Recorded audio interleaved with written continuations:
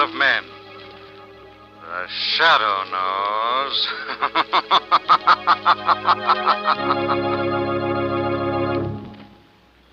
Once again, your neighborhood blue coal dealer brings you the thrilling adventures of The Shadow, the hard and relentless fight of one man against the forces of evil. These dramatizations are designed to demonstrate forcefully to old and young alike that crime does not pay.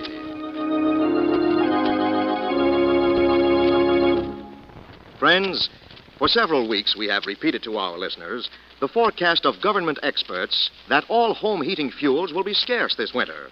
If you heat with coal, you're lucky, because you can store most of your winter's needs and be sure of warmth and comfort throughout the year. Ask your blue coal dealer to schedule your delivery as soon as he can. Another point, more important this winter than ever, is to save fuel. Correct size of coal for your furnace and a clean coal furnace with automatic temperature control are all important factors that help you get more heat from less coal. So tomorrow, call the nearest blue coal dealer for his recommendations on saving coal and ask him to schedule your deliveries so that your bin is always well filled with blue coal.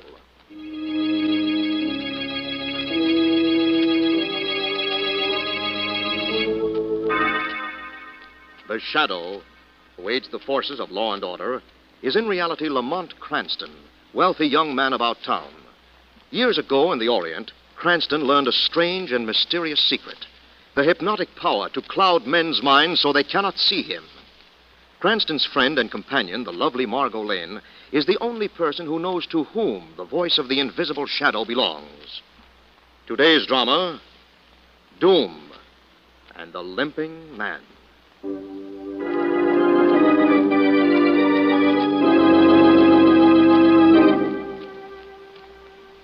In the old Stokes mansion, 50 miles from the city, Frederick Stokes, senior member of the law firm of Stokes, Fielding, and Midden, is waiting with his two partners for a fatal report from state prison.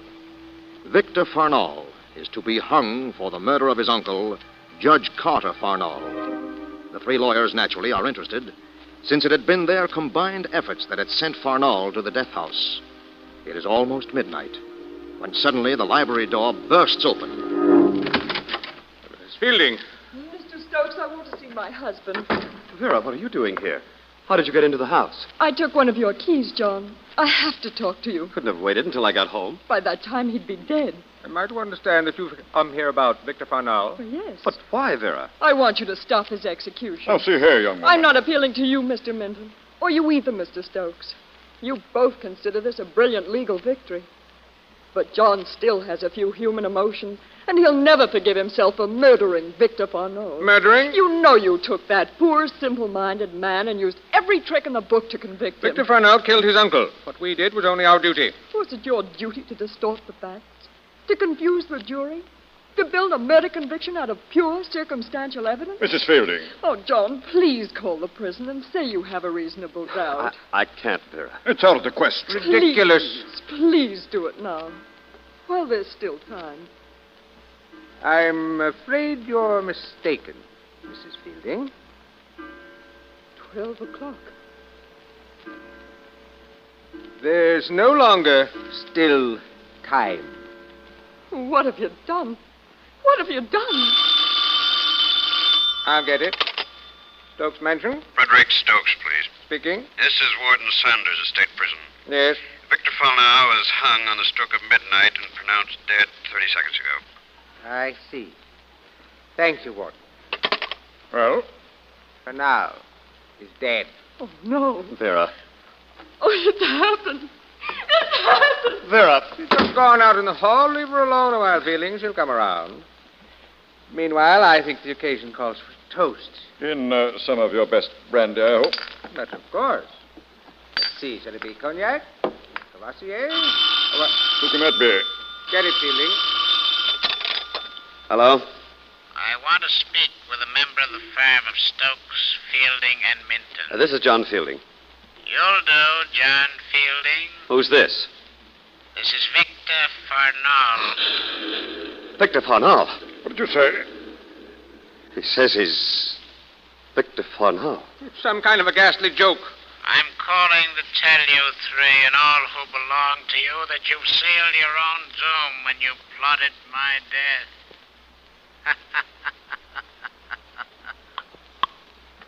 Hello? Hello? Hello? Get the operator, Fielding. Trace that call. Hello, operator. Operator. This is the operator. This is the Stokes mansion. On that call you just put through to us. The one from state prison? No, the one just after the call from state Well, there prison. must be some mistake, sir. What do you mean? You haven't had any calls since then. What did you say? She said that we've had no calls since... What was that? It's Mrs. Fielding. Vera! Vera! Come on, quick! Vera! Vera, where are you? Screams came from right here in the hall. Wasn't time for her to get far. Stokes, Minton, look. What is it? There, at the foot of the stairs. A rope. Let me see that. You know what this is, don't you? No. It's a hangman's noose. Don't be ridiculous, Midden. What would a hangman's noose be doing at the foot of my... What's that? Coming from the attic. Footsteps of a lame man. Listen. Victor Farnell.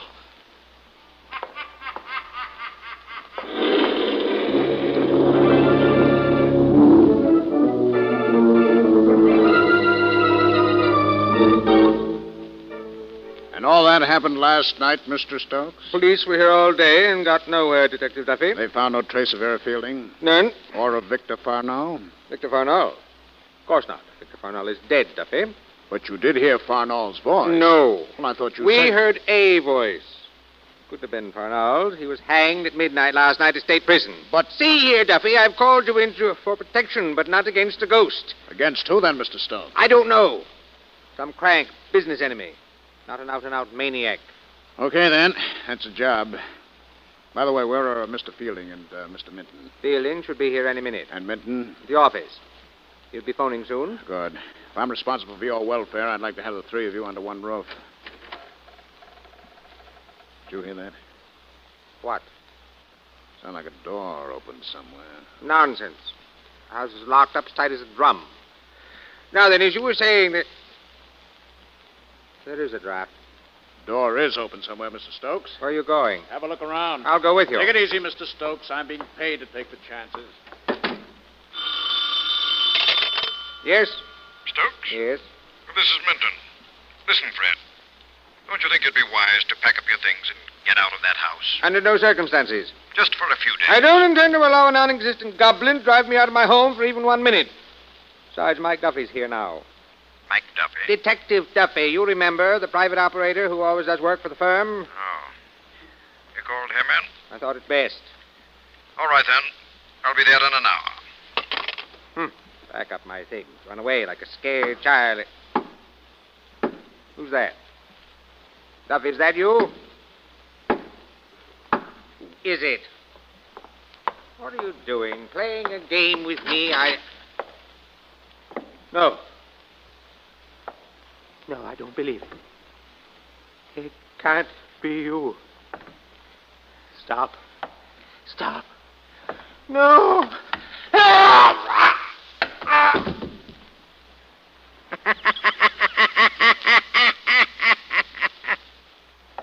Mr. Stokes! Mr. Stokes, what happened? Mr. Stokes, where are you? Who's that? Mr. Stokes, is that you? No, it's John Fielding. I just came in the front door. What's you, Duffy? What are you doing here? Mr. Stokes called me in. Oh, I see. Where's Stokes? Well, that's what I'd like to know. I heard him yell for help. I ran back here in the library as fast as I could, but he was gone. All I found was this piece of rope. Good Lord, it's not just a piece of rope, Duffy. It's a hangman's noose. A hangman's noose? Exactly like the one we found when Vera disappeared. Duffy, look. The wall's safe. It's open. And it's empty. Empty? What was in it? Do you know? Oh, yes, of course. We kept the assets of our firm here. What? $500,000 in negotiable securities. You sure? Of course I'm sure. The senior member, Stokes, accepted the responsibility. He kept them here in his library. And the old man was right. Right? He said the menace we had to deal with was flesh and blood. What do you mean? Ghosts don't use money, that's what I mean. But if it wasn't a ghost, how did he get into a house that's locked and barred? Good question. Wait a second. Maybe they can tell us. What are you talking about? Through the window there, a couple of dark figures moving through the trees. Good Lord. You got a gun, Fielding? Oh. Yes. Good, you may need it. Where are you going? Outside. Oh, wait a minute. Don't leave me here On your alone. own, Fielding. We got visitors.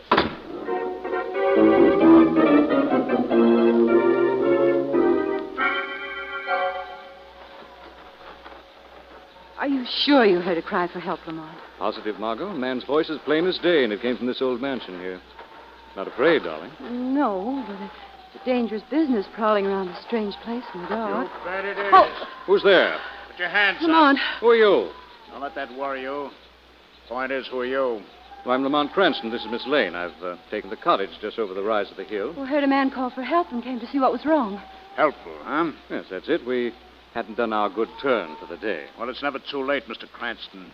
You can do me one now. Oh, yes? Yes, keep your hands up and start walking. What was that? Duffy! Duffy! If you're the Duffy in question, I think somebody wants you in an awful hurry.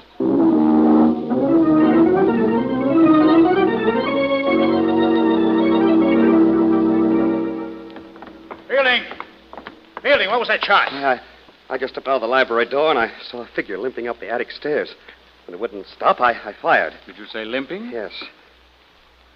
You know what that means, Duffy. Farnell was lame. What was that? Forget it. Old man Stokes was right. Whoever's in that attic's probably a half-witted crank or a lunatic. But there's nobody there, Duffy. What? I went up and looked. The attic is empty. Sounds very much like a ghost, eh, Margo? I'm afraid it does. Oh, so you're on the ghost kick, too, huh? Maybe you've got your reasons. What reasons? I don't know yet. But when there have been 2 disappearances in as many days and a strange couple is picked up wandering around in the dark, it's time to call the police. The police? Tend to it, Fielding. Yes, Duffy. Lamont! Just a minute. Go on, Fielding. You've got your orders. What's this all about? You never heard of the $500,000 in negotiable securities, of course. A $500,000. Okay. I'll play along. Last night, Fielding's wife disappeared, and a few minutes ago, the owner of this house, Mr. Stokes, vanished into thin air. Aside from that, all I know is that there was a phone call out of nowhere from Victor Farnell. Victor Farnell? He was executed last night at state prison. Sure, I know. But according to Fielding, he's back from the grave for a return engagement. Listen. Did you hear that? It's coming from the attic. Yeah, you bet it is. Where are you going? Find out who it is. You want an extra hand? No, you 2 stay here, right here. And if you try to get past Fielding, remember he's got a gun. He likes to make it work. Well, Sorry, Margo. we couldn't have just stayed home and listened to a mystery story on the radio. Why listen to one when you can live one out, darling? Oh, if you don't mind, I'd rather just sit in an easy chair and turn the dial. Lamont! Come on, Margo. Come on up the attic stairs. Duffy! Duffy! Why doesn't he answer? Find it difficult, I'm afraid. Oh, Lamont. He's been hanged. And hanged by an experienced gallows bird, Margo. The rope around his neck is a hangman's noose.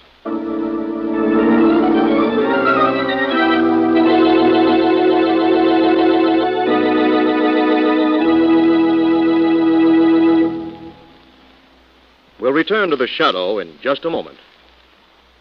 Your neighborhood blue coal dealer would like to do this. He'd like to send you a Temp Master automatic heat regulator for your furnace with a tag attached. The tag would say, "This Temp Master is yours. You are paying for it. Here it is." Yes, that's exactly what's happening. If you heat with coal and do not have a Temp Master, you are paying for all the comfort and convenience of automatic temperature control without getting it. You see, fuel studies prove that a hand-controlled furnace fire cannot help running away with itself at times and overheating your house. When that happens, you're losing plenty of heat up the chimney. You're wasting a lot of fuel. You may be wasting enough to pay for a blue coal Temp Master in a single heating season. So, if you don't have a Temp Master now, you're missing the carefree heating comfort that you're paying for anyhow. Call the nearest blue coal dealer tomorrow and ask him to demonstrate the blue coal Temp Master, the modern electrical servant that pays for itself. See how it operates. See how furnace controls are operated from a thermostat in your living room. Remember, you're paying for a Temp Master anyhow, so why not get the comfort, ease, and more healthful heat you're entitled to? Call your blue coal dealer tomorrow. Now, back to the shadow.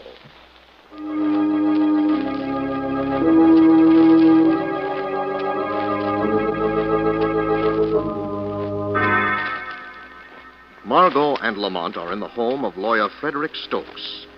They are investigating the strange events happening in the old mansion when suddenly they hear a scream from the attic.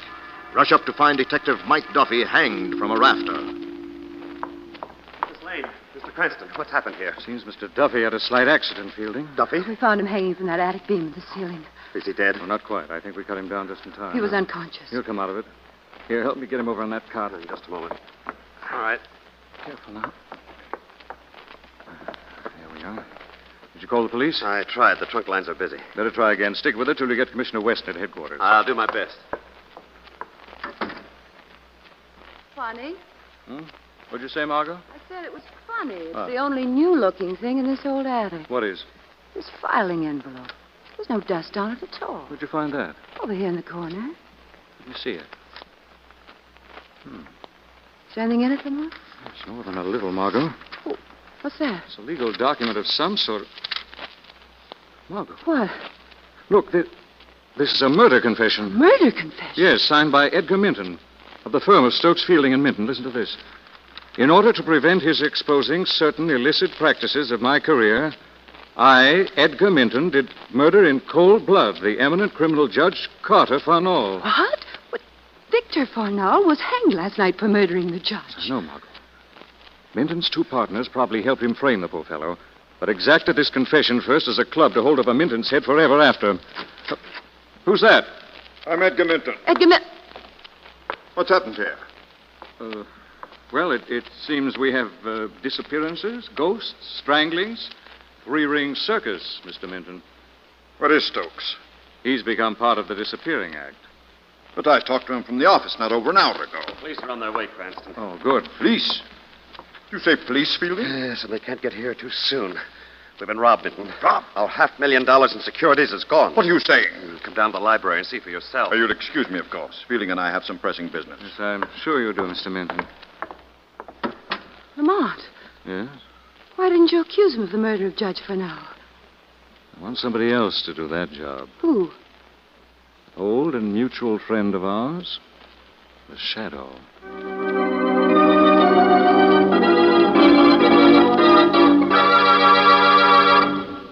So Detective Duffy and I found the wall safe here in the library open, the money gone.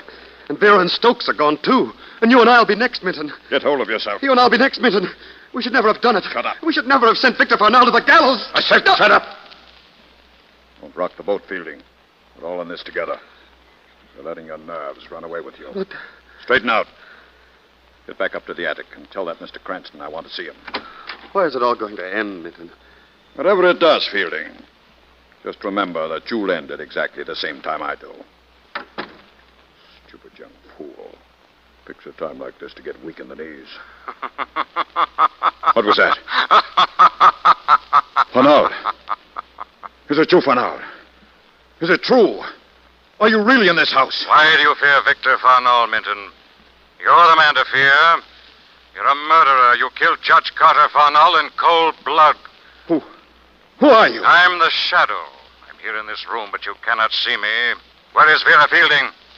I don't know. You're lying, Minton. Where's your partner, Frederick Stokes? Go away, go away. Where's Frederick Stokes? You drive me insane. And answer me. All right, I will. Minton! Shadow. Shadow. Yes, Minton. Listen to me. Listen to me.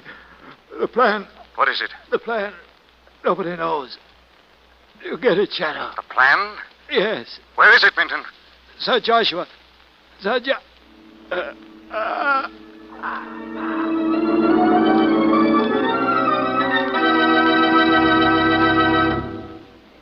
I heard a shot, Lamont. What happened? Our chief suspect is dead, Margo. Minton? Yes. Shot came out of the dark just as he was about to tell the Shadow the truth. Who did it? I don't know yet. Margo, is there anybody in this house named Sir Joshua? Sir Joshua? I don't know. Who's he? I have the faintest idea. Apparently, he had a plan, a very important plan, and I want it. Where's Duffy? Well, I left him in the attic unconscious. Left him in the attic? Yes. Well, you shouldn't have. Come on, let's hope we don't find him in another hangman's noose.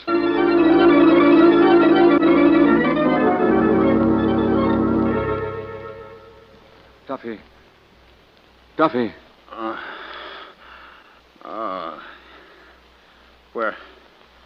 Where is it?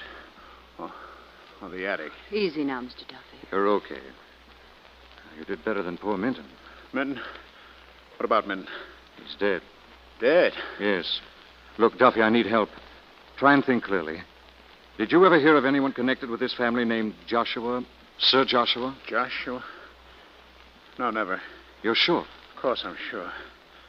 That don't mean there isn't a Sir Joshua. Might be. Might be the guy who shot Minton. Yes, possibly. What do you ask? I'll explain later. Meanwhile, maybe Fielding can help me. Shall I go with you, Lamont? I'd rather see him alone, Margo, if you don't mind. It's cold up here. And dreary. Piles of old, dusty furniture. There must be hundreds of years. Mr. Duffy. Yes. There's a man back there in the shadows. A man? Yes. Just standing there, staring. Oh. What are you laughing at? It's not a man at all. I'm sorry. It's a portrait, an old family portrait. You see, right here. Yeah. Dignified old codger. Covered with dust. See? Duffy. What now? Look, nameplate. Sir Joshua Stokes. What do you know? So that's him. Sir Joshua. But what did Minton mean? How could he have had a plan? I don't get it. Neither do I. Yep. Wait a minute. What's that? Well, it's a blueprint. Blueprint of this house. Now I see what Minton meant, a plan.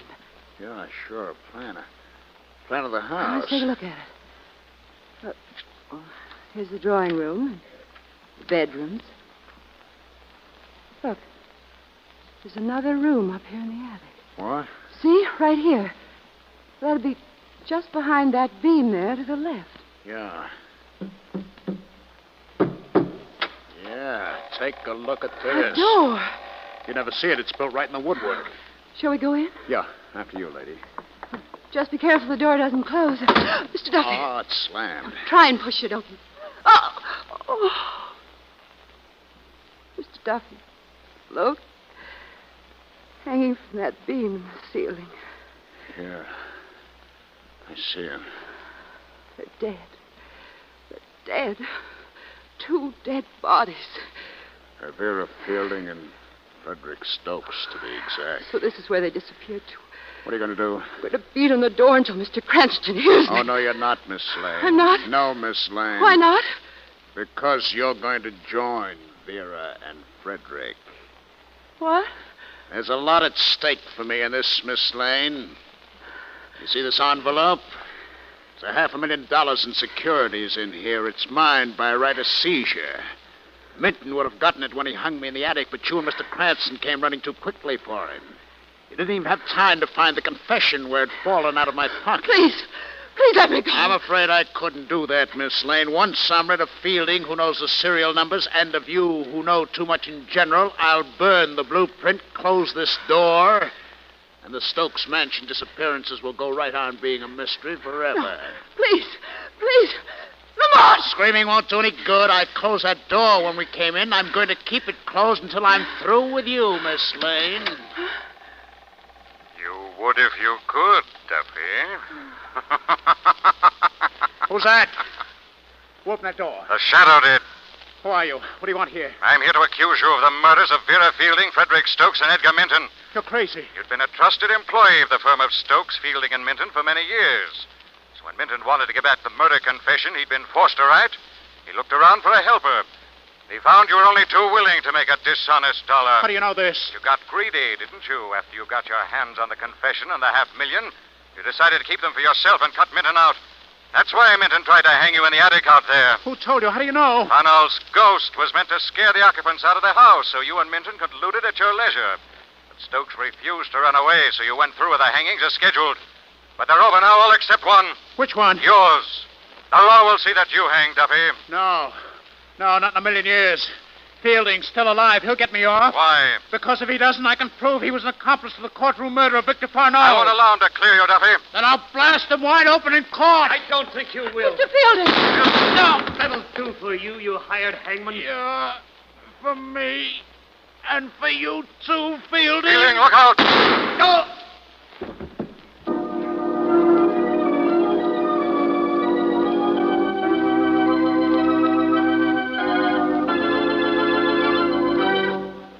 Good work, Lamont. Well, they did the work for me, Commissioner Weston. They shot it out to the death.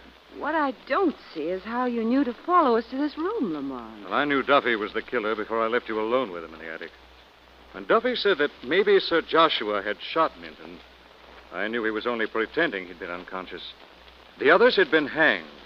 So how, if he'd been unconscious, did Duffy know Minton had been shot? Oh, I see. After that, I kept my eye on you and him and saw you discover the secret room. And what was all this nonsense about a ghostly telephone call? You'll find a telephone over there in the corner of this hidden den, Weston. It was used to impersonate Victor Farnell. It's connected with the wires of the downstairs telephone. Childish trick, but effective. Then the voice threatening the death of the firm of Stokes, Fielding, and Minton wasn't Farnell's at all. Of course not. Whose was it? Duffy's? Perhaps. What do you mean, perhaps? Well, I mean, Margo, that since the entire firm is dead, as promised, one might think of that voice out of the night as voice of justice.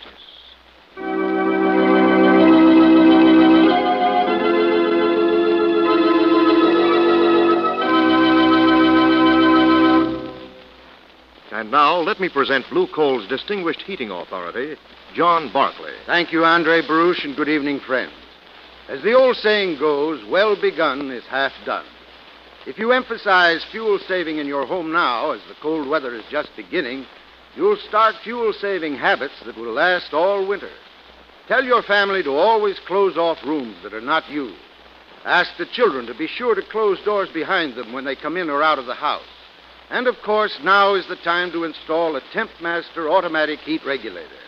A Blue Coal Tempmaster is not only the last word in heating convenience, but it's just about the surest way to conserve fuel. It can save as much as 20% of your fuel consumption. Your neighborhood Blue Coal dealer can install a Tempmaster easily and quickly. I thank you.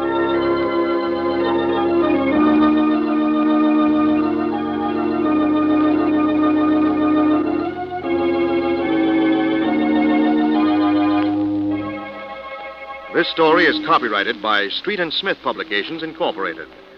The characters' names, places, and plot are fictitious. Any similarity to persons living or dead is purely coincidental.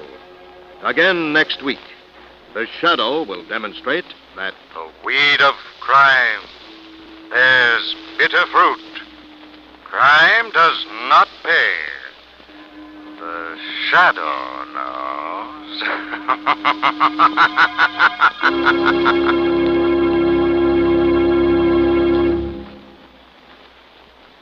next week, same time, same station, your friendly Blue Coal dealer brings you another strange and thrilling adventure in The Shadow's daring battle against the forces of evil. The Shadow is presented by the D.L.&W. Coal Company, distributors of Blue Coal. Lamont Cranston is played by Brett Morrison. Margo by Grace Matthews. Your announcer is Andre Baruch. Remember, it's Blue Coal for finest heating service. It's Blue Coal for finest modern equipment. It's Blue Coal for the best home heat money can buy.